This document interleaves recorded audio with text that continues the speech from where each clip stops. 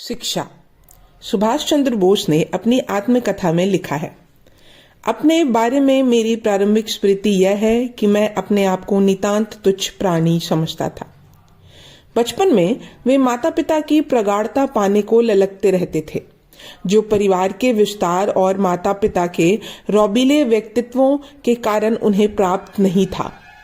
जो बच्चा शुरू शुरू में स्वयं को इतना उपेक्षित समझता रहा हो, उसके व्यक्तित्व के विकास के महत्वपूर्ण चरणों का जायजा लेना रोचक ही होगा। प्राइमरी शिक्षा के लिए सुभाष को अपने अंग्रेजों की तरह कटक के प्रोटेस्ट यूरोपियन स्कूल में दाखिल किया गया था। यह स्कूल अंग्रेजाना तर्ज एवं तौर तरीकों की बुनियाद पर खड़ा था। यूं सुभाष और वहां पढ़ने वाले बाकी बच्चों को भारतीय द्वारा संचालित स्कूलों के लिए अपने समकक्षों के मुकाबले अंग्रेजी और अंग्रेजियत का ज्ञान बेहतर था। ऐसे स्कूल में पढ़ने के अन्य फायदे थे। अनुशासन, सम्यक आचरण तथा रखरखाव, कामकाज में नफासत और पाबंदी जैसी भावनाओं का उनकी मानसिकता में बैठ जाना। स्कूल से सुभाष को कोई शिकायत नहीं थी, मगर चेतना बढ़ने के साथ साथ उन्हें महसूस होने लगा कि वे और उनके हमजोली दो अलग अलग दुनियाओं में रहते हैं, जिनमें सदैव साम्य नहीं मिलता। पढ़ाई में वे हमेशा अव्वल आते, पर खेल कूद में मुंह की खाते। 1909 में इस यूरोपियन मिशनरी स्कूल को अलविदा कहते समय उन्हें कतई रंज नहीं हुआ। इसके बाद रेवेनेशा कॉलेजियन स्कूल में आकर उनमें अमूल मानसिक एवं मनोवैज्ञानिक बदलाव आ गया। स्कूल के भारतीयता से परिपूर्ण वातावरण ने उनमें अपने बारे में बेहतर सोच विचार और नया आत्मविश्वास जगाया। पढ़ाई लिखाई में उनके श्रेष्ठ रहने की अपेक्षा थी ही, सिवा शुरुआती दौर में मातृभाषा बांग्ला के, जो प्राइमरी स्तर पर उन्हें पढ़ाई ही नहीं गई थी। मगर यह कमी उन्होंने कमरकश मेहनत से पूरी कर ली और पहली वार्षिक परीक्षा में ही बांग्ला में सर्वाधिक अंक प्राप्त किए। यही नहीं, वे बड़ी उमंग से संस्कृत सीखने लगे, लेकिन खेलों में वे फिर भी कोरे ही रहे, जिसका बाद में उन्हें जिंदगी भर अफसोस रहा। रेवेनेशा कॉलेजिएट स्कूल में अध्यापक और विद्यार्थी दोनों बंगाली भी थे और उड़िया भी, और दोनों में अत्यंत स्नेहपूर्ण संबंध थे। ऐसे ही स्नेह बोस परिवार के घर में भी थे, जहां बहुत से उड़िया हिंदू और मुस्लिम सेवक थे। सुभाष चंद्र बोस के माता पिता अपनी उदारता और अति सहृदयता के लिए विख्यात थे तथा समूचे परिवार पर उनका सीधा पूरा असर था। यूं सुभाष और उनके भाई बहन संकीर्णता एवं प्रात्यंता की शब्दावली में सोचने या महसूसने में प्रायः असमर्थ ही थे।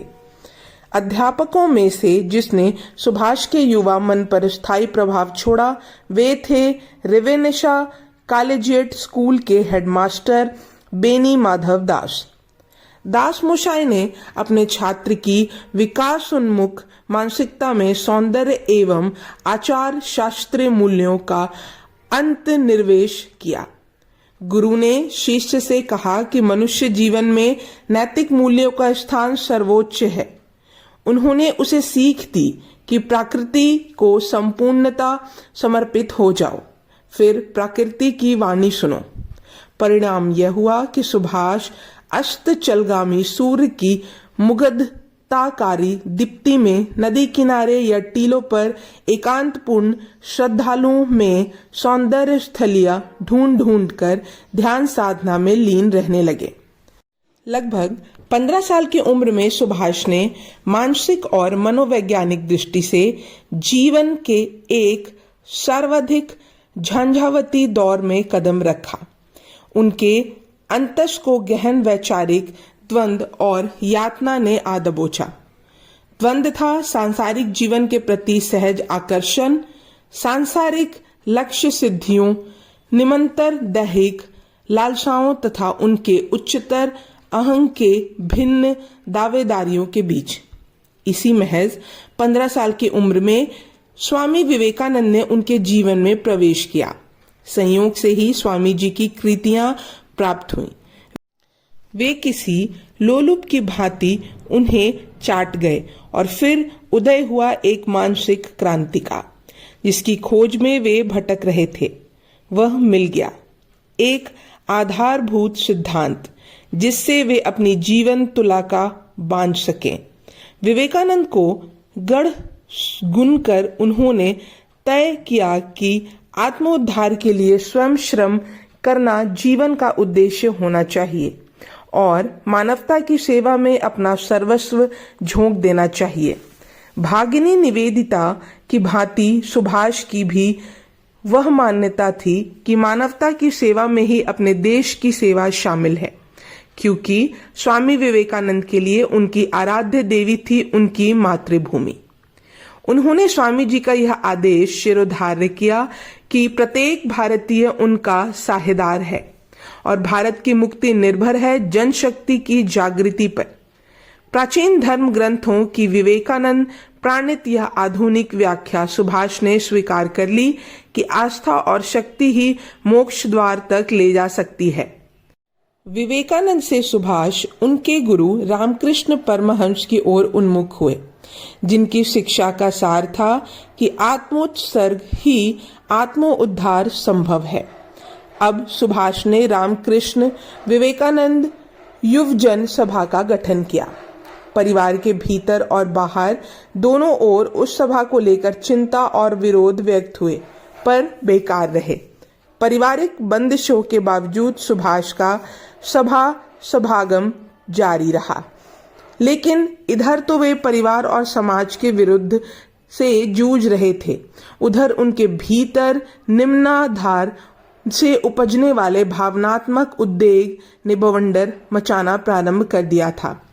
इस अत्यधिक आपाती दौर में सुभाष जितना ही घर से दूर रहते उतना ही सुकून पाते।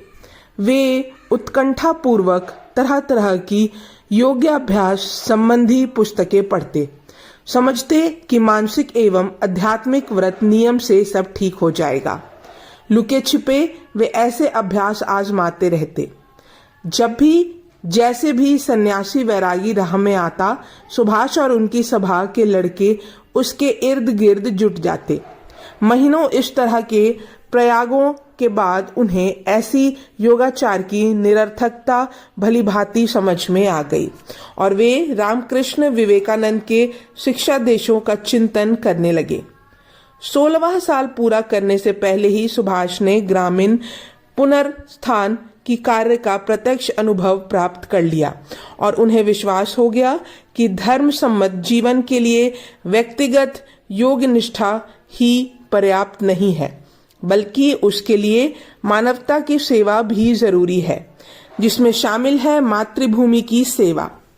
कम उम्र में ही अंधविश्वासों से छुटकारा पाने में सुभाष को विवेकानंद से बेहद सहायता मिली, क्योंकि स्वामी जी का सेवा अभियान बुद्धि संगत दर्शन पर आधारित था। यह दर्शन विज्ञान और धर्म का समन्वय था। प्रथम राजनीतिक प्रोत्साहन सुभाष को स्कूली जीवन के अंतिम दिनों में उस समय मिला जब उन्हें कलकत्ता स्थित एक दल का दूत मिलने कटक आया।